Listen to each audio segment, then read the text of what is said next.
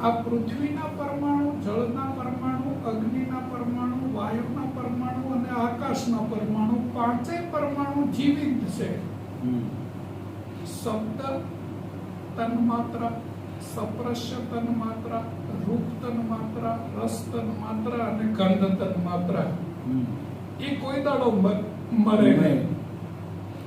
તો પંચમહાભૂતને જે જન્મ આપે છે ને એની જે માતા છે ને એ આ તન્માત્રાઓ છે. એટલે આકાશમાં તો એક જ તન્માત્રા છે, શબ્દ. વાયુમાં બે છે, શબ્દ અને સ્પર્શ. પછી તેજમાં ત્રણ છે, શબ્દ, સ્પર્શ અને રૂપ. અને જળમાં ચાર છે, શબ્દ, સ્પર્શ, રૂપ અને રસ.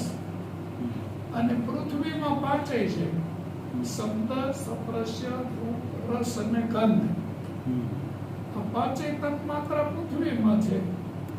એટલે તો તારું શરીર છે એ સંપિંડ છે.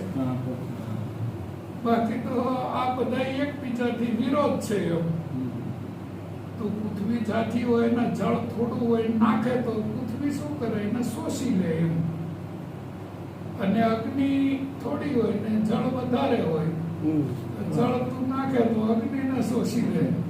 એમ તત્વ તો એકબીજાથી વિરોધ છે. એમ છતાંય બેલેન્સ કઈ રીતે રહે છે?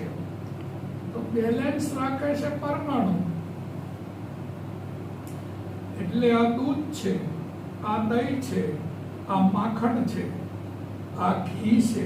અને આ ઘીમાંથી જે દીવો કરવી છે આપણે ભગવાનનો, એ આત્મા છે, આ સોલ છે.